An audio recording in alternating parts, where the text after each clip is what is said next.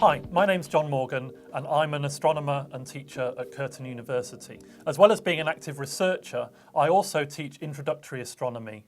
As someone who loves to talk to people about the work that I do, I know the fascination that topics such as black holes, the search for extraterrestrial intelligence and the Big Bang hold for people. So in this course I'm going to be concentrating on those really interesting discoveries. But I really hope too to convey a little bit about what's involved in the process of researchers and how scientists go about their work and make these discoveries. In this subject, we will be covering a few tricky concepts which might require a little bit of effort to make sense of. Remember, you're never alone. You can always post a question in the forum and ask your fellow students. In this first module, we're going to look at how people's understanding of the universe has developed over the millennia. By the end of the module, you should have a really clear picture of how the universe is structured on different scales, from the Earth and the Moon and the solar system, right up to the largest scales of galaxies and galactic clusters.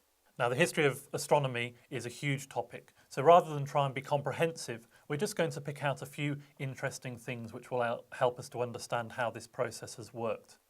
And we'll start with a brief cultural perspective.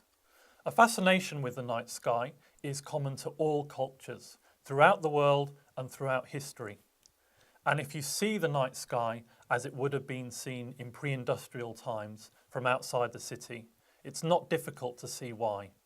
This incredible view would have been something that people saw almost every day of their lives, and so it's not surprising that it played an important part in people's cultures. We also know that people all over the world developed an incredibly rich and detailed picture of the environment around them, including the night sky. We know this because of the artifacts that they've left behind, things like Stonehenge and even other artifacts such as cave paintings.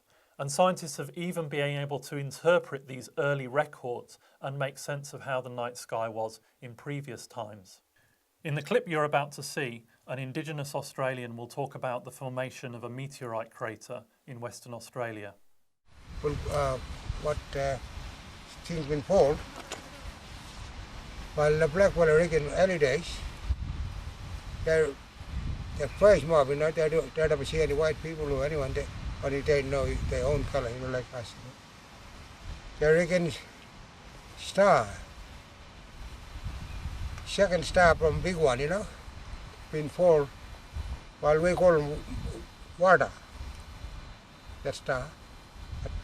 Water been formed in this ground, and it will make a big noise, it will shake this country, and cut that weight, it made around, what's the name, reef now, right around. We know that the night sky was important for people for all kinds of cultural reasons, but there are practical reasons to observe the night sky as well.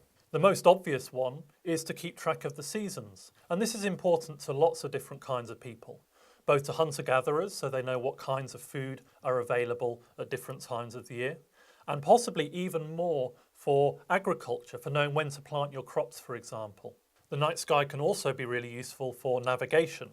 At the most basic level, you can use it to find which way is north and which way is south and orientate yourself. But also, with more detailed observations, you can pinpoint where you are in the world. For me, the universal nature of astronomy is one of the things that makes it really interesting. When you look through the history of astronomy, you can see that people from all over the world, from South America, from China, from Africa, from India, and the Islamic world, have all contributed to our knowledge of the night sky over the ages.